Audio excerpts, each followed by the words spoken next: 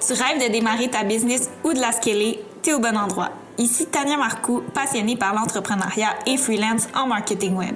J'ai créé le podcast Viséo pour raviver ta flamme entrepreneuriale et t'aider à réaliser tes idées les plus ambitieuses.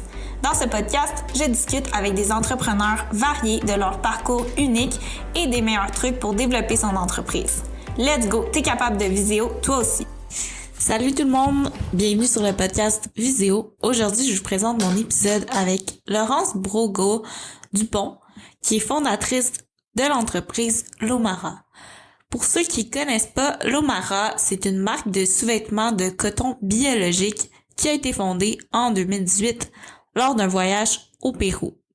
Dans cet épisode, découvrez l'histoire de Laurence, plongez au cœur de ses voyages, de ses réflexions et de ses apprentissages.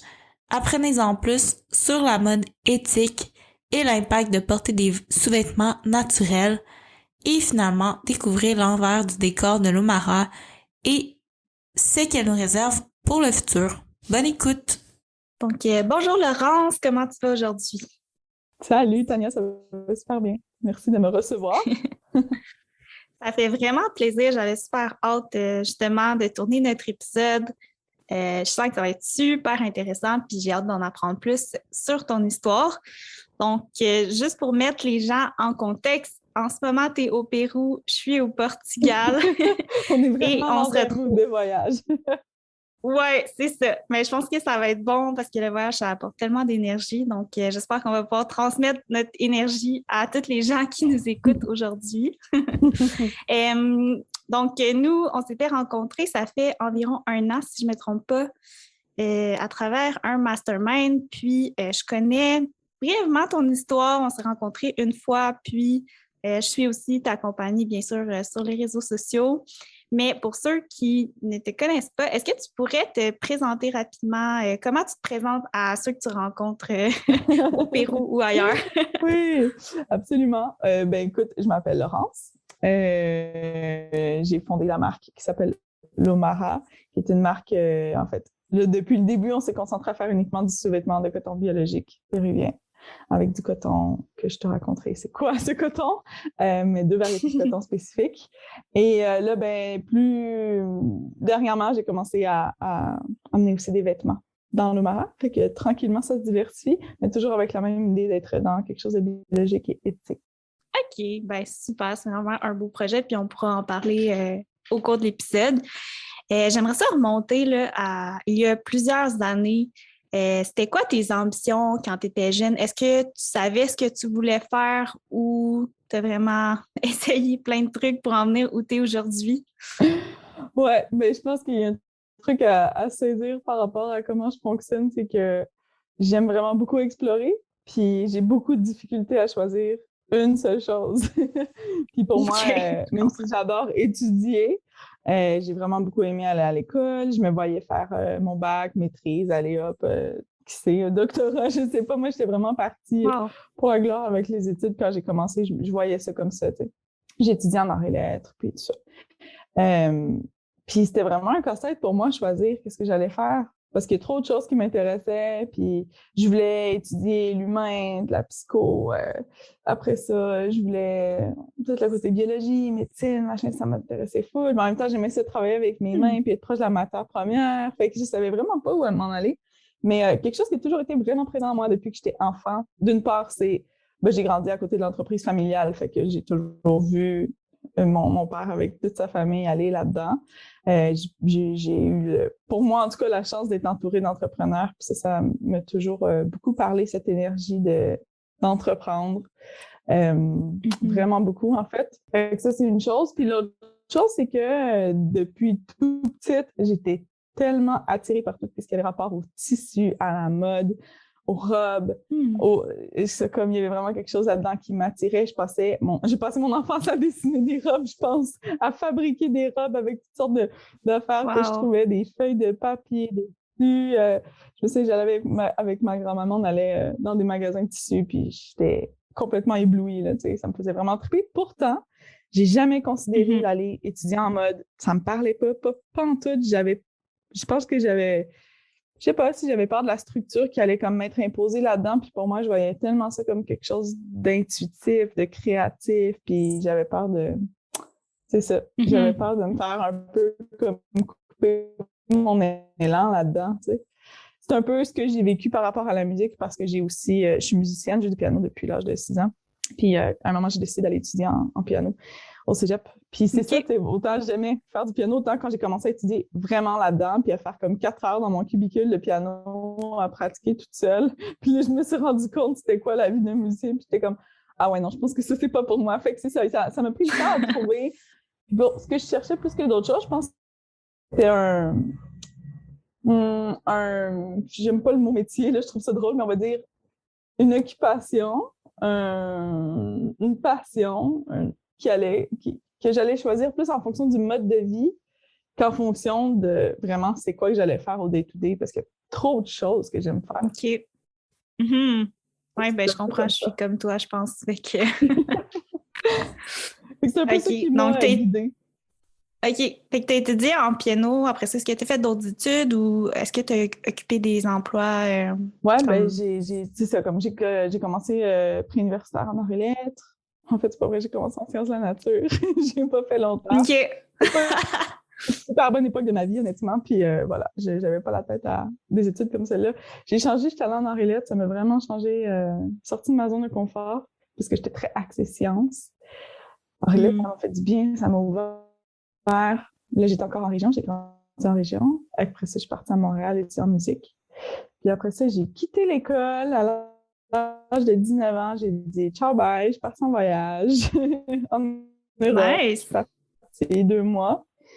Revenue, j'ai entamé vraiment un grand processus intérieur par rapport à des blessures qui avaient été, on va dire, ravivées à la fin de mon adolescence, qui avaient besoin d'être gérées pour faire une histoire courte.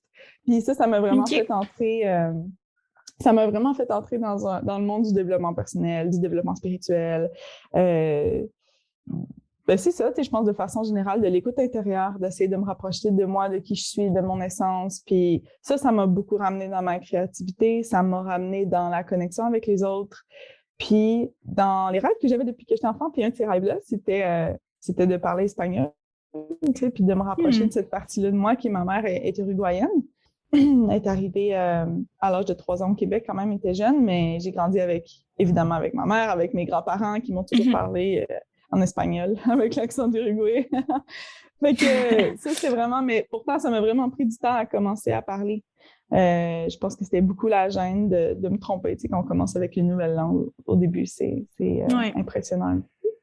Fait que, mais j'ai vraiment reconnecté avec ces rêves-là de me rapprocher de cette partie-là de moi, de cette partie-là de mon identité. Fait que voilà, ça a été vraiment une époque de découverte. Puis après ça, honnêtement, j'ai pas eu des emplois significatifs, mais ça a tout été des choses qui ont été mises sur mon chemin, je pense, pour les bonnes raisons. J'ai travaillé dans un café, ça m'a fait rencontrer certaines personnes clés. Après ça, je suis allée travailler, j'ai fait des bijoux pour une entreprise. Là aussi, ça m'a vraiment ouvert parce que c'était une start-up, ça commençait puis ça grossissait vite, fait que ça m'a fait voir plein de choses. Après ça, je suis allée travailler en ébénisterie. J'ai fait 1 an en ébénisterie, j'ai travaillé la matière. Fait que, toutes ces années-là, c'était important pour moi de choisir des emplois. Mais c'est drôle, parce que je les vois pas tant comme ça, comme des emplois, plus comme des expériences de vie où je choisissais pas juste ce que je faisais, mais aussi l'environnement dans lequel je baignais, les gens avec qui je travaillais, puis c'était tout ça qui me nourrissait. Puis je savais que ça, c'était pas la finalité. Je savais que je voulais avoir ma propre entreprise, mais honnêtement, je savais pas du tout en quoi. OK. Ben, c'est super intéressant. Ça nous aide à comprendre un peu ton background. À travers toutes ces expériences-là, est-ce qu'il y en a une ou plusieurs qui t'ont vraiment, vraiment aidé à démarrer l'Omara? Est-ce que comme tu en as en tête qui se distinguent? Qui se distinguent. Honnêtement, en ce moment, j'aurais de la misère à répondre quelque chose de précis à cette question-là parce que mais c'est correct s'il n'y en a pas. C'est juste que des fois, il y a des gens qui c'est comme OK, telle expérience, ça l'a comme vraiment, vraiment aidé à propulser leur entreprise, mais dans d'autres cas, c'est juste... Non, pour moi, c'est vraiment comme un chemin qui s'est fait pendant des années puis qui m'a amené comme une suite logique à ce que je fais aujourd'hui. Pas une plus qu'une autre. Je pense que ce qui a été vraiment, en fait, pour moi, le point tournant, c'est quand j'ai pris mon courage à deux mains puis que j'ai quitté l'école. Ben, c'est tout un move, là, pour vrai. Mais c'est bon que tu t'es écouté dans tout ça, je pense, là. Puis justement, ça fait partie de ton histoire. Puis ça t'a permis de vivre tout ce que tu as vécu après.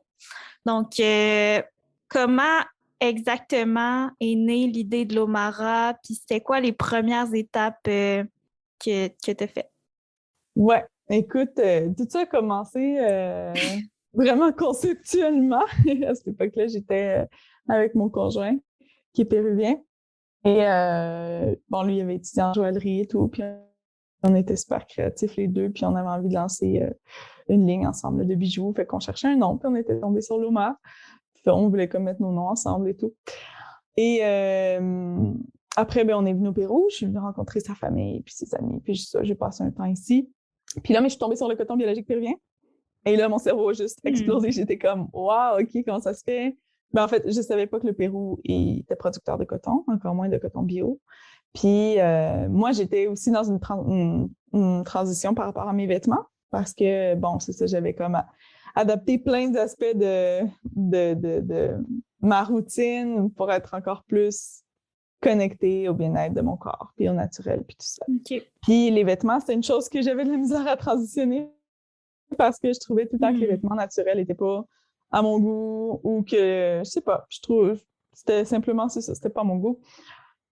Puis pour moi, c'était vraiment important le côté esthétique des vêtements, fait que j'arrivais pas à faire de transition. Puis de toute façon, honnêtement, des sous-vêtements en coton biologique, j'avais vraiment de la misère à en trouver à ce moment-là. On recule en 2017, 2018. C'était pas très à la mode. Okay.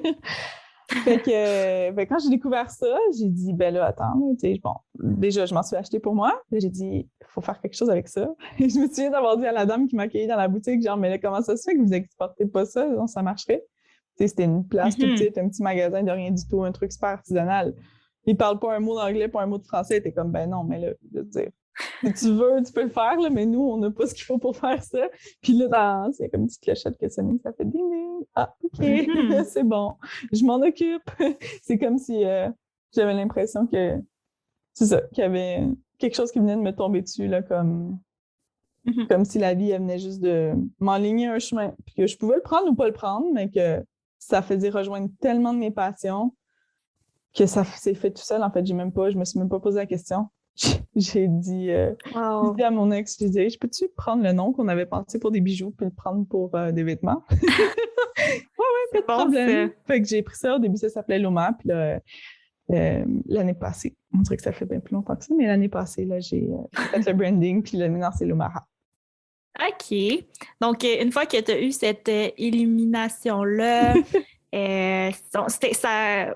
En fait, c'est quoi qui ont été tes premières actions? Est-ce que c'était là, tu as trouvé ton nom, tu as trouvé le produit? C'est quoi la suite? Eh là, je te dirais la première chose, parce que je me suis dit, je vais faire un test, je vais regarder s'il y a un intérêt. J'ai fait un groupe Messenger avec mes amis. Puis j'ai dit, hey, ça vous intéresse-tu si je ramène des culottes? Puis là, il était comme, des culottes bio. Ah, ben oui, cool. OK, ben regarde. Puis là, j'ai parlé avec la boutique que j'avais rencontrée. Ils pouvaient m'en faire. Il y avait leur modèle à eux. Moi, j'avais pas encore mes modèles à moi.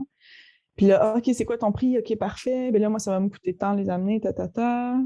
Bon, à ce moment-là, j'ai ramené dans mes bagages. Fait que la gestion du prix n'était pas vraiment un enjeu. Je mets ça dans mes bagages. Je pars au Québec. J'arrive. J'ouvre mes bagages. J'ai pas la moitié du stock que j'avais commandé. Je pense que je me suis fait voler à l'aéroport. Oh, wow! Ouais. Okay. Fait que là, j'étais comme, ah, OK, bon, ben là, j'ai pas ce qu'il faut pour redonner aux filles qui avaient commandé. Fait qu'il va falloir que je passe une commande à partir du Québec. Puis là, ça a été genre la preuve, la preuve ultime de si j'allais vraiment vouloir faire ça parce qu'il fallait que je teste l'import. Et je n'y connaissais rien. Fait que, non, c'est ça a été tout un processus déjà de communiquer avec eux en étant là-bas. De leur dire c'était quoi que je voulais. Là, ils m'ont dit, ah, mais as-tu une marque? Si tu veux, on peut mettre ta marque dans les culottes. Là, je dis, ah, ben oui, parfait. Fait que là, on a comme patenté un logo, un premier logo qui était comme, c'est ça, on a fait ça, on a mis ça dans les culottes. Puis là, j'ai essayé d'emmener les culottes une première fois avec la compagnie de poste d'ici du Pérou, genre l'équivalent Poste Canada. Oh mon Dieu, l'horreur. Okay. Là, ça s'est ramassé en France, c'est retourné au Pérou. Ça faisait genre 2 mois que j'attendais ça. Puis là, j'étais comme, OK, je peux pas vraiment faire une entreprise comme ça marche pas. Fait que là, je me suis dit, OK, ça coûte un peu plus cher en transport privé, mais on va essayer. Si ça marche, je vais considérer l'affaire. En 3 jours, c'est arrivé chez nous. Je dis, ah, OK, c'est bon, parfait. Fait que, c'est ça, ça a commencé comme ça. Ça a été mon premier défi de comprendre l'aspect import-export, communication avec les fournisseurs, travailler à distance, eux ici, moi là-bas.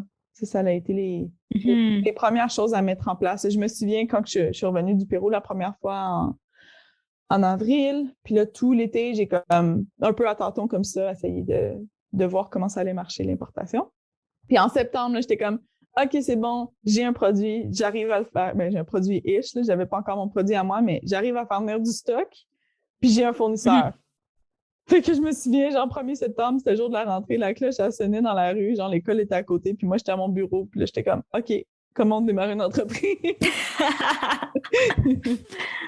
C'est bon, ça. Fait que finalement, comment tu as réussi à apprendre toutes les skills qu'il te fallait pour développer cette entreprise-là, autant au niveau import, export, marketing, tout ce qu'il y a à apprendre? Ouais, tout ce qu'il y a à apprendre, mais Dieu sait qu'il y en a des choses.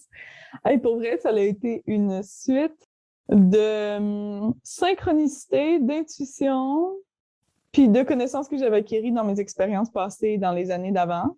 Puis évidemment, je pense mon background d'avoir vécu, d'avoir grandi dans une famille d'entrepreneurs qui n'avait pas froid aux yeux, pas peur de travailler. Je pense que c'est important parce que faut pas compter ses heures, évidemment. Tout le monde dit ça, puis ça a l'air banal, mais quand on commence, puis on sait pas dans quoi on s'embarque, on fait plein d'essais-erreurs, puis ça prend du temps faire des essais-erreurs. Il faut comme pas trop s'attacher à ça, puis juste rester concentré sur pourquoi on le fait, pourquoi on a envie de faire ça. Puis je pense que c'est important d'avoir notre why vraiment ancré, genre pourquoi je veux faire ce projet. Puis pour moi, c'est clair que c'est ça, j'étais tellement passionnée par le bien-être, puis la santé, le naturel, que d'offrir un produit comme ça qui n'existait même pas encore ici, ben, c'était juste comme une évidence que je voulais faire ça. Fait que comment j'ai commencé, c'est ça, tu sais, il y avait, en fait, je pense que la première action que j'ai prise qui était indispensable à ce moment-là, pour moi, c'était juste une intuition. C'est comme, OK, ben, je suis allée au Pérou, ça fait 4 mois, mais là, je vais y retourner. Mais là, je vais y retourner pour créer une première collection. Fait que, un peu naïve, je suis partie au Pérou en sachant rien de rien du design de sous-vêtements. Puis en partant 2 semaines, en pensant que j'allais réussir à développer une collection en 2 semaines. Oh wow, 2 semaines, je t'avoue que c'est short. C'est short pas mal. Mais je sais pas pourquoi. Ah oui, mais c'est ça, c'est que j'avais commencé un emploi à la Société des alcools. Question de financer un peu ma vie pendant que je démarrais mon entreprise. Et je pouvais pas prendre plus que 2 semaines. Fait que j'étais comme, OK, ben ça prend 2 semaines. Fait que je suis arrivée ici. Puis là, ça a été un feu roulant pendant 2 semaines. Genre d'apprendre, déjà, tu sais, oui, je parlais espagnol, mais je maîtrisais pas la langue comme je le maîtrise aujourd'hui surtout au niveau des affaires. Là. Fait que ça a été un défi, rencontrer le fournisseur, montrer mes dessins, commencer à faire un produit, pas trop savoir comment on arrive à faire le quality control sur un produit parce que ça prend des specs. J'avais pas de spec. Fait que, tu sais, il y a plein de choses que je savais pas. Mais quand même, je suis partie j'avais un produit. J'avais 4 produits. J'avais 2 bralettes, 2 culottes. J'ai dit, OK, parfait. Fait que je suis venue ici 2 semaines. J'ai créé ça. Puis là, je suis revenue. Puis c'est comme, OK, cool, j'ai un produit. Mais là, j'ai pas de cash pour faire une production. Fait qu'encore une fois, je suivais juste mon intuition. Puis j'étais comme, bon, qu'est-ce que je fais? J'ai besoin d'au moins 5 000 $. Fait que, je vais faire une campagne. Ça m'intimidait faire une campagne de financement.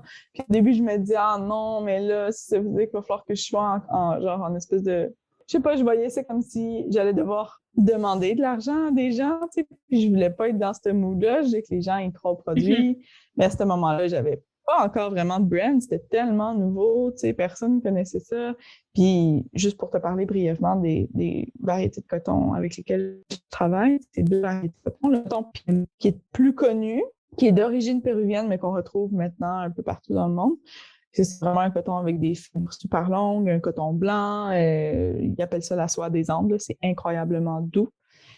Et ici, il cultive de façon biologique. Fait que ça, c'est un des 2 cotons qu'on utilise. Puis l'autre coton, ça s'appelle le coton natif. C'est un coton qui existe depuis des millénaires, là. Même à l'époque pré-inca, il le cultivait déjà. C'est un coton qui pousse naturellement coloré. Fait qu'au lieu d'imaginer un champ genre de coton blanc, ben c'est comme des arbustes de coton avec des boules de coton marron, vert, beige. Fait que ça me permet de faire des sous-vêtements, oui, bio puis éthiques, mais aussi sans teinture. Puis juste pour la petite parenthèse, les teintures, c'est tellement dommageable sur notre santé. J'essaie d'en parler le plus possible sur les réseaux sociaux et tout. J'essaie d'éduquer beaucoup par rapport à ça. Fait que bref, ça, c'est les 2 variétés de coton que moi, j'ai décidé de travailler avec. Fait que c'est ça, quand j'ai développé le produit puis j'ai lancé le sociofinancement, il y avait beaucoup à faire pour que les gens comprennent c'était quoi, tu sais. Puis je trouvais ça le fun de voir que des gens qui me connaissaient aucunement, qui parlaient réseaux sociaux, tombaient sur ma campagne puis qui achetaient un produit qui existait, mais je veux dire, qui existait, un échantillon. J'avais encore jamais produit de ça. C'était vraiment nouveau. Fait que bref, à la fin de la campagne, j'ai atteint mon objectif. J'ai envoyé ma première commande. Et en fait, une première commande, je l'ai reçue c'était en 2019. Entre-temps, j'ai fait un premier site web. Puis j'ai commencé à vendre mes choses. Genre en décembre 2019, j'ai mis ça en ligne. Puis entre-temps, une autre étape vraiment, en tout cas, je pense que peut-être la plus importante dans mon entreprise, c'est que j'ai fait la rencontre d'une femme qui est devenue ma mentor au niveau design, qui m'a formée pour que j'arrive à faire ce travail-là de design, parce que, bon, il y a des fois, on peut le faire intuitivement, c'est correct, mais pour atteindre un degré de qualité, c'est ça. Ça prend des connaissances. Puis dans le sous-vêtement, c'est quelque chose qui est tellement proche du corps qu'il a besoin d'être extrêmement précis. Ça prenait une méthode de travail. Fait qu'elle m'a enseigné sa méthode de travail. Elle a travaillé dans les plus grandes entreprises au Canada au niveau de la lingerie. Fait que elle m'a enseigné sa méthode de travail. Elle a changé de domaine après. Fait qu'elle avait juste comme... Elle avait tout à offrir. Puis moi, j'étais comme une éponge. J'absorbais tout ce qu'elle me disait. Fait qu'en l'espace de 2 mois, elle m'a formée. Puis elle m'a donné les bons outils. Puis en janvier 2020, juste avant la pandémie, je suis venue ici passer 1 mois. Puis là, on a développé les produits que je vends actuellement, la collection de base de sous-vêtements. Fait que ça, on a pris quand même du temps à la développer. Là. On a commencé ici. Ça s'est échelonné sur toute l'année 2020. On a commencé la production. Puis en décembre 2020, j'ai sorti le nouveau branding, j'ai sorti le nouveau site web, j'ai sorti la nouvelle collection. Puis là, c'est là où ça a vraiment pris forme. Là. Fait que décembre 2020. OK. Super. Ta mentor, tu l'as rencontrée comment, par curiosité? Ah mon Dieu, oui, ça c'est une bonne question parce qu'il y a des gens des fois qui cherchent. Puis je te dirais honnêtement, ça m'est tombé dessus. Mon ex, il l'avait rencontré dans un cours de joaillerie, puis il m'avait dit « Ah, j'ai une amie, je pense qu'elle a déjà travaillé dans le sous-vêtement, peut-être qu'elle pourrait t'aider. » Puis comme de fait, on se fait un souper, puis on se rencontre, puis on s'entendait super bien déjà. C'était comme le match de nos personnalités. Puis là, après, c'était juste comme « Ben là, je vais t'aider, tu sais. » Oh, c'est tellement bien. Ouais, c'est fou, c'est fou. Puis tu sais, j'ai vraiment foi que quand on suit notre intuition, il y a des choses comme ça qui arrivent. On peut pas évidemment les prévoir, puis on peut pas garantir que ça va arriver, mais c'est quelque chose que moi j'expérimente dans mon quotidien depuis que j'ai choisi de quitter l'école puis de suivre un chemin un petit peu plus intuitif. C'est des choses qui sont arrivées plein de fois. C'est fou. Oh, j'adore. Parfait. Donc, après que tu aies eu ton investissement de 5 000 pour commander ta première quantité de production, est-ce qu'après, tu as eu d'autres enjeux de financement ou tu as réussi à te financer en vendant tes premières quantités pour ensuite en produire plus? Parce que c'est un gros challenge là, en e-commerce. Ouais, c'est ça le challenge. Comment ça s'est passé à ce niveau-là? Ben, c'est ça, tu sais, j'ai lancé le premier site web que j'ai fait en genre automne 2000. Je m'excuse, je suis un petit peu mêlée dans les dates, là, mais genre, non, en 2019, début 2019. Puis là, mais avec le début de la pandémie, j'ai commencé à vendre. Genre, pour moi, ça a vraiment été le début. Les gens, ils sont tombés là-dessus. Je sais pas trop comment. Les gens, peut-être qu'ils avaient plus de temps ou ils ont commencé à faire des recherches. Je sais pas. Mais j'ai commencé à vendre du jour au lendemain. Une grosse trend d'achat local aussi au début de la pandémie. Fait que ça a dû aider. Ça a sûrement aidé. Je te dis, c'était comme un coup de baguette magique. Je voyais les ventes rentrer, puis j'étais comme, mon Dieu, c'est dommage drôle. Mais c'est pas drôle, mais genre, je trippais. Mais je trouvais ça incroyable. Fait que c'est ça. Fait que, tu sais, là, j'ai réussi à plus que récupérer, évidemment, l'argent que j'avais investi. Puis ça m'a permis de financer, en fait, tout ce qui venait en cours de route au niveau des investissements, le rebranding, le nouveau site web que je voulais faire, la création de la nouvelle collection. Fait que tout ça, j'ai réussi à me le refinancer moi-même. Mon deuxième voyage en partie aussi. le troisième, en fait, là, quand je suis venue développer la collection complète. Fait que tout ça, oui, c'est des choses que j'ai réussi à refinancer, puis j'étais vraiment fière puis contente de ça. Puis le plus longtemps que je pouvais me refinancer, évidemment, c'est ce que je voulais faire. C'est de repousser le plus longtemps le moment où il y a quelque chose à rembourser. Mais au moment de faire une production, ben là, c'est sûr que là, on parle de plusieurs milliers de dollars. La première fois, c'était un test. Il y avait, dans le sens que, tu sais, je voulais pas commander trop, je savais pas comment ça allait aller. Je maîtrisais pas encore mes prix, mes costs, tout ça. Tu sais, fait que je voulais pas prendre un trop gros risque. Là, la deuxième fois, je me sentais vraiment plus en mesure de prendre un risque au niveau des quantités que j'allais acheter. Puis j'avais vraiment confiance en mon produit et au développement qu'on avait fait. Fait que là, je visais vraiment plus d'unités. Puis ben, c'est sûr que là, ça prenait un investissement plus. Fait que mettons au moins 5 fois les premiers investissements que j'avais fait, c'est sûr que ça me prenait ça. Fait que non, à ce moment-là, c'est sûr que là, il a fallu que j'aille chercher à l'extérieur. Là. Et fait que voilà, c'est comme ça que j'ai pu démarrer cette partie-là, là, de vraiment commencer à avoir un inventaire, avoir du stock. Mais ça s'est écoulé vraiment rapidement, malgré tout. Fait que voilà. Fait que là, ben, on a reçu du stock, ça fait pas longtemps, en septembre. Évidemment, ben la pandémie, elle a un petit peu compliqué les choses cette année pour la production. Là, fait que ça a été une année où les gens étaient genre, OK, mais là, ça arrive quand? Puis t'es comme, on fait vraiment de notre mieux, mais il y avait des délais incroyables. Wow, c'est bon, mais c'est bien parce que, tu sais, souvent, les gens qui commencent en e-commerce, ils commandent des grosses quantités de produits, puis ça se vend pas. Toi, c'est un peu le contraire. Ouais. Ça se vendait, puis tu n'avais pas les produits. Fait que je pense qu'au final, c'est quand même un bon problème. Oui, c'est ça. J'avais quand même un beau problème entre les mains. Parfait. Puis, une fois que, en fait, ben, je pense que tu as répondu un peu à ma question, mais c'est quoi quels ont été tes plus gros challenges jusqu'à date dans le développement de ta compagnie? Je pense que le premier gros, là, parce que tout le début, je te dis, c'était tellement fluide, tout s'enchaînait tellement bien. Le premier gros challenge, ça justement a été au début de cette année, là, quand on essayait de produire, puis on n'arrivait pas à produire. Puis là, j'avais pas de stock. Puis je me disais, mais là, on fait quoi, là, tu sais? Il faut que je vende, là. Fait que ça a été vraiment challengeant. Mais j'ai juste essayé de revirer un peu la situation de bord, puis c'est là qu'on s'est rencontrés. J'ai décidé de me lancer plus dans la partie coaching, formation. Tu sais, jusqu'à maintenant, j'avais vraiment tout fait par moi-même avec les ressources que j'avais, avec les gens qui m'entouraient. Mais là, je sentais que j'avais besoin d'aller un pas en avant encore au niveau de mon mindset surtout. Je sentais qu'il y avait des choses qui me bloquaient, des croyances qui me bloquaient.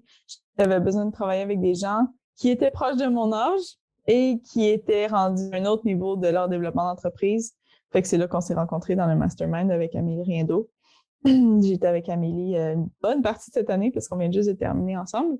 Ça a vraiment été un game changer pour moi là, parce que ça et plusieurs autres genres de coaching que j'ai fait, voilà, ça a vraiment été un gros game changer. Ça, et je te dirais affiner toute la partie structure parce que là, je me retrouve avec du temps. Je n'étais pas si occupée que ça au niveau de packaging, de vente parce que j'avais pas tout mon stock. Mais oui, je continuais évidemment. Et maximum de choses. Ouais, ça, j'ai dédié une bonne partie de mon année à ça aussi. Développer l'entreprise, essayer de la faire connaître, faire des contacts avec d'autres entreprises. C'était personnellement, une année vraiment challengeante parce que voilà, je me suis séparée aussi. Il y a eu la pandémie, en tout cas, il y a eu plein d'affaires. On a tous eu 2 années vraiment challengeantes. Voilà. Ouais. OK. Puis c'est quoi, tu dis que en fait, depuis la pandémie, tu as beaucoup travaillé sur toi, tu as beaucoup travaillé sur ton mindset. Qu'est-ce que tu dirais qui a été ton plus grand apprentissage dans les derniers mois? Je te dirais que, aussi drôle que ça puisse paraître, je me suis rendu compte que, c'est autant de par mon parcours en spiritualité, j'ai réussi à me réapproprier beaucoup de choses par rapport à un enjeu avec la confiance en moi que je pouvais avoir plus jeune, au niveau plus personnel. Puis là, c'est comme si j'ai fait le même apprentissage au niveau professionnel. C'est comme si j'avais beaucoup le syndrome de l'imposteur, de penser, mais j'ai pas étudié en mode, mais j'ai pas étudié en admin, ah non, mais j'ai pas étudié en OK. ci, en ça, tu sais, puis au Mhm. final, ce que je me rendais compte, c'est que c'était juste une idée préconçue que je me faisais parce que j'arrivais à faire fonctionner parfaitement mon entreprise avec les connaissances que j'avais à ce moment-là. Puis évidemment qu'on doit toujours développer nos connaissances, puis je pense que ça fait partie Mhm. quand on est entrepreneur, tu sais, de toujours parfaire nos connaissances, de s'améliorer, d'être curieux. Puis c'est aussi une des raisons pour lesquelles je suis aussi heureuse d'avoir ce métier-là, si je peux dire. Mais voilà, ça a été un gros apprentissage pour moi de juste réaliser que la grande majorité des ressources que j'avais besoin, je les avais déjà. Puis encore une fois, ça a l'air super kitsch OK. puis banal de faire genre, mais tout Mais est en non, vraiment toi. pas. Mais genre, vraiment, j'étais comme. Puis je me souviens dans mes coachings, j'étais comme, aïe, aïe, mais attends, ça, je le sais. Hey, mais c'est vrai, ça. Puis c'est juste de comme me réapproprier euh, mes connaissances, de me réapproprier voilà, tu sais, de se réapproprier son pouvoir d'une certaine façon aussi, d'arrêter de projeter toujours qu'à l'extérieur, les gens savent plus que nous. Oui, ben c'est vrai. Est-ce qu'il y a des outils en particulier qui t'ont aidé, que ce soit, rapidement comme ça, je pense peut-être à l'écriture ou à des podcasts ou des livres qui t'ont aidé à travers ce cheminement-là? Totalement. Je te dirais, oui, un livre qui m'a bien marqué cette année, c'est 5 a.m. Club de Robin Sharma. Je sais pas si tu l'as lu. Je Au-delà du connais, fait de ouais, se lever c'est à 5 super heures bon. du matin, je l'ai fait pendant un temps, puis j'ai vraiment apprécié. Puis après ça, ma vie un petit peu... il y a eu trop de changements, j'arrivais pas à maintenir le cap. Honnêtement, je pense qu'il y avait beaucoup de fatigue accumulée. Puis là, à un moment donné, je suis allée voir ma naturopathe, puis t'es comme là, je sais pas c'est quoi que tu fais, mais repose-toi puis dors. Puis je OK, disais qu'on va garder 5 ouais. heures du matin un petit peu plus tard dans ma vie quand que je vais avoir stabilisé différentes choses. Mais j'ai vraiment adoré. J'ai vraiment adoré ça. Puis oui, c'est ça. Il y a tellement des perles dans ce livre-là. Puis j'ai l'impression que les outils que j'utilise en ce moment, que c'était des outils que je connaissais déjà, mais que ça me fait les voir encore d'une façon encore plus spécifique, peut-être plus adapté à un mode de vie d'entrepreneur. Tu sais, dans le développement spirituel, on va l'aborder d'une certaine façon. Je l'ai abordé comme ça pendant plusieurs années. Puis c'est sûr qu'au niveau entrepreneuriat, mais il y a comme un petit switch quand même qui se fait. Je dis, ça prend quand même, je sais pas comment dire, là, faut quand même se mettre la tête dans les chiffres, faut se mettre la tête dans des trucs très concrets, techniques. Puis des fois, quand on est juste sur un cheminement plus intérieur, de guérison, on n'est pas aussi dans un mindset de trucs techniques, tu sais. Fait que c'est comme si là, ça m'amenait Ouais. ces outils-là, puis ça les adaptait pour mon mode de vie d'entrepreneur. Euh, Mm. Laisser partir des stress que je pouvais avoir, relâcher la pression, arrêter de m'en mettre trop sur mes épaules. Fait que j'ai beaucoup utilisé, oui, l'écriture. Je pense que comme entrepreneur, en tout cas, c'est mon opinion, là, mais si on... J'ai pas envie de le dire d'une façon négative, fait que je vais le tourner d'une façon positive. Comme entrepreneur, c'est vraiment pertinent de faire un cheminement personnel, individuel, intérieur, guérison, en même temps que de Mhm. cheminer dans notre entreprise. Parce que si on essaie de juste cheminer sur notre entreprise, ça reste quelque chose qui est extérieur à nous, puis on projette tout ce qu'on est sur ce qui est extérieur à nous, dans nos relations, Ouais. notre entreprise, peu importe ce que c'est. Fait que de pouvoir faire un cheminement de guérison, un cheminement intérieur en même temps, ça accélère le développement d'entreprise, mais de façon exponentielle parce que toutes les croyances qui sont à l'intérieur, ils sont Mhm. processées, sont digérées. On prend conscience de nos patterns, des choses qu'on répète sans même s'en rendre compte. Puis c'est des choses qu'on répétera pas dans notre entreprise parce qu'on en prend conscience en nous en premier. T'sais. Fait que pour moi, ça, c'est vraiment une clé importante dans l'entrepreneuriat. Puis Ouais. c'est vraiment de comme avoir les deux qui suivent en boucle, de toujours garder un œil à l'intérieur sur ce qui se passe en nous, puis un œil à l'extérieur sur ce qui Mhm. se passe dans notre entreprise. Vraiment. Ben, j'adore ce que tu dis, puis je pense que c'est vrai. Puis ce temps-ci, je rencontre tellement d'entrepreneurs qui font ce travail-là sur eux, puis je vois l'impact que ça a. Fait que je pense que c'est un super bon conseil pour les gens qui veulent commencer là-dedans, de aussi prendre en considération l'intérieur et non seulement l'extérieur. Donc, Parfait. Si tu avais à recommencer demain, l'Omara, est-ce qu'il y a quelque chose que tu ferais de différent? Aïe, aïe, aïe, cette question. C'est quoi? Je vais répondre non, je ferais rien de différent. Évidemment, il y Parfait. a plein de choses que j'ai appris, il y a plein de choses que je pourrais faire bien plus efficaces, mais Ouais. j'ai un amour, dans la vie, j'ai un amour du processus. OK. Oui, c'est le fun d'arriver quelque part, mais pour moi, qu'est-ce qui était le fun d'arriver là, c'est comment je me suis rendue là. C'est qui les gens que j'ai rencontrés qui m'ont fait arriver là. C'est quoi les défis que j'ai rencontrés, qu'est-ce que j'ai appris sur moi pour en arriver là. Puis pour moi, ça, c'est la vie, tu sais, c'est comme si, Ouais. c'est ça. Je recommencerai pas ma vie, malgré toutes les difficultés, malgré, je changerais rien. Honnêtement, je changerais rien parce que je sens que j'ai, au fur et à mesure de mon avancement, été fidèle à qui je suis, été fidèle à mes passions, été fidèle aux difficultés qui étaient là. J'ai vécu pleinement chacune des étapes, puis je suis pleinement en paix avec chacune des étapes. Wow. Ben, c'est beau à entendre. Parfait. Puis, comment tu vois l'entreprise évoluer dans les prochaines années? C'est quoi ta vision? Et je te dirais que, tu sais, de par le type de coton que j'utilise, euh, de par, il y a quelque chose d'important, c'est que ça va au-delà du type de coton, c'est le fait de vouloir travailler à 100% avec des fibres naturelles. Euh, Juste pour te donner un exemple concret, tu sais, une culotte pourrait être 97% coton biologique avec 3% de spandex. Mais à cause du 3% de spandex, le coton il est beau être biologique. On peut pas le composter. On peut pas, si on si on met la culotte pour se biodégrader, il y a 3% de plastique dans la culotte. Fait que, pour moi, dès le début, ça a été tellement important que ce soit 100% coton pour que quand la durée de vie de cette pièce-là est terminée, bon, évidemment, l'élastique, il biodégrade pas, là, fait que tu coupes l'élastique. Le reste de ta culotte, tu fais un trou en arrière de chez vous. Tu plantes ta culotte, c'est fini. Ça, pour moi, c'était fondamental. Puis ça, c'est un switch important. Puis c'est une des choses primordiales que je veux faire. Il y en a plein des marques qui font des vêtements éthiques, des vêtements bio. Bon, il y a éthique, c'est un truc qui pour moi reste un peu subjectif là, parce que chacun a ses barèmes au niveau éthique. C'est sûr qu'il y a des certifications, puis on peut se fier quand même assez bien là-dessus.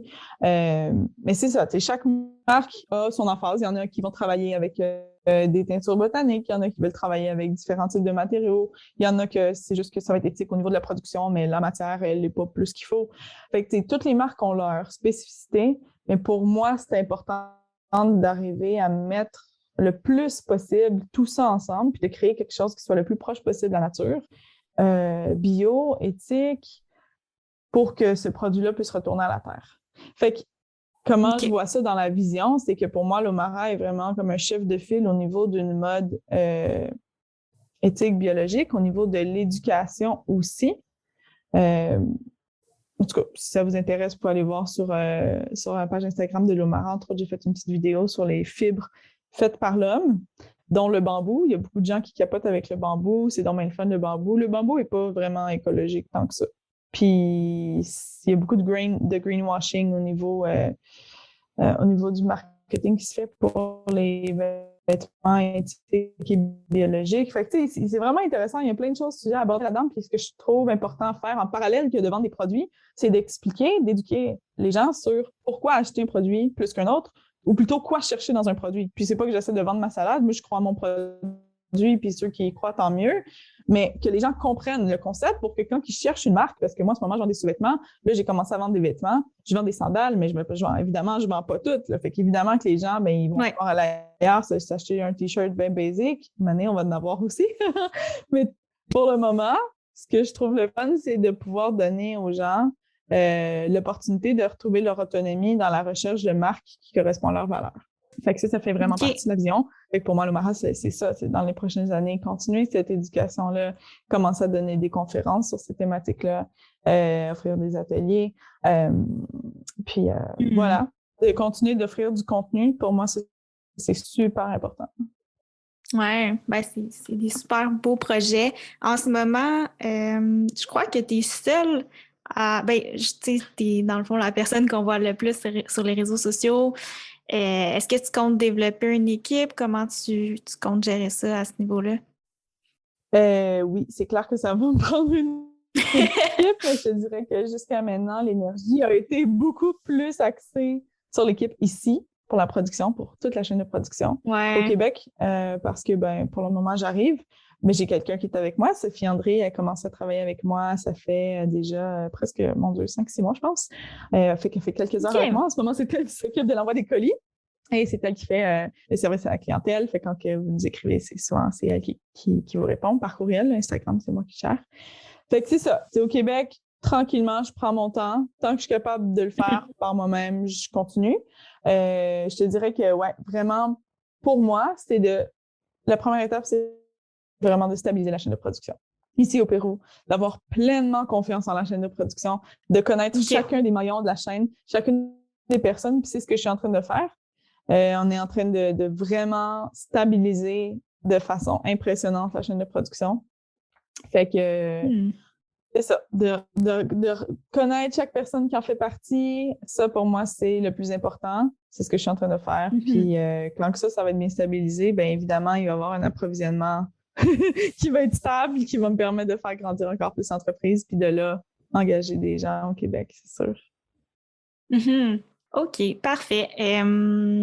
Si quelqu'un aspire à démarrer son commerce en ligne dans le domaine, peut-être pas du sous-vêtement, là, mais tu sais, des vêtements ou ce serait quoi le plus gros conseil que tu lui donnerais pour démarrer?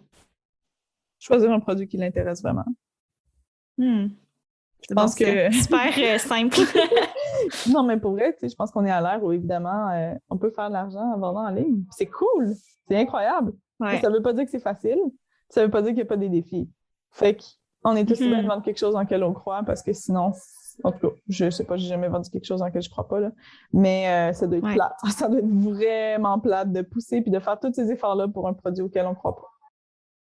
Ouais, ben c'est sûr. J'imagine que ça crée un gros désalignement justement intérieur. Puis ben, après ça, ça transparaît sur l'extérieur. Puis je pense qu'il y a plein de gens qui ont fait cette erreur-là. En tout cas, des gens que je connais qui voulaient faire de l'argent, ils ont lancé n'importe quel produit, mais ça, c'est pas full viable à long terme. Non, Tu c'est sais. ça. Puis je veux dire, je pense que pour moi, en tout cas, ce qui fait qu'une entreprise va trouver une pérennité, c'est quand il y a une vision. Puis pour avoir une vision, il Ouais. faut avoir une passion en arrière, à faire quelque chose qui nous Mhm. drive dans la création de notre entreprise. La vision, c'est quelque chose qui est créatif.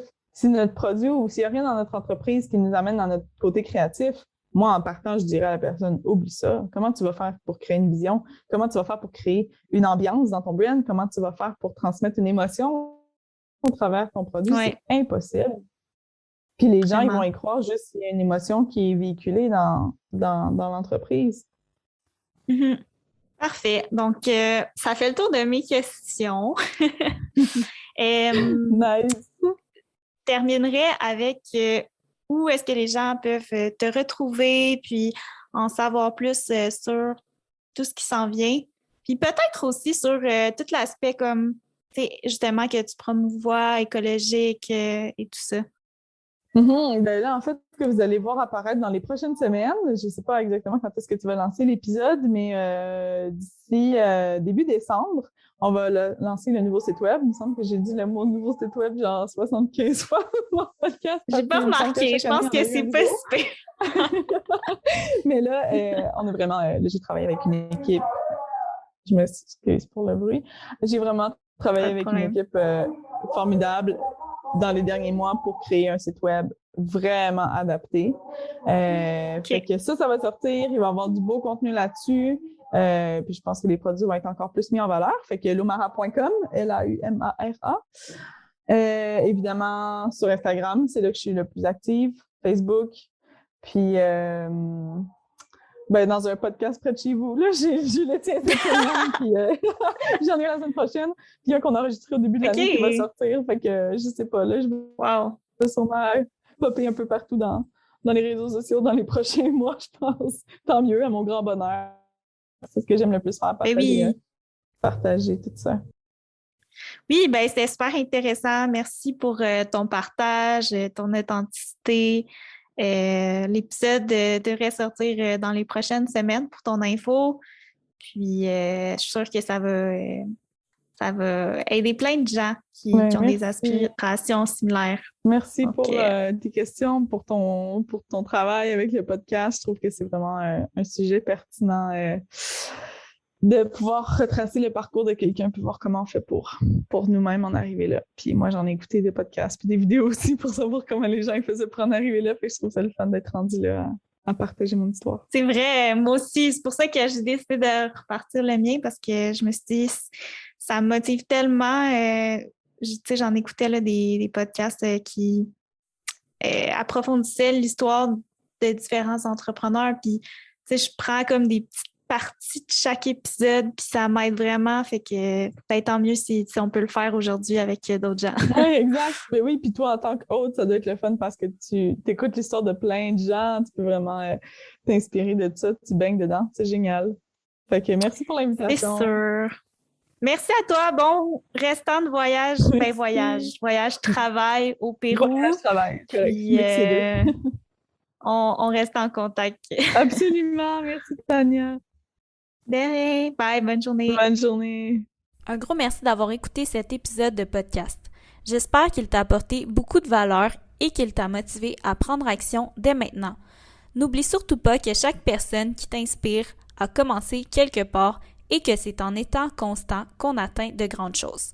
Si tu veux m'aider à rejoindre le plus de gens possible qui ont envie de Viséo, juste à t'abonner à ma chaîne et à laisser un review. Pour partager ton aventure entrepreneuriale avec d'autres gens hyper motivés, juste à rejoindre le groupe Facebook Viséo. Bonne journée et à bientôt!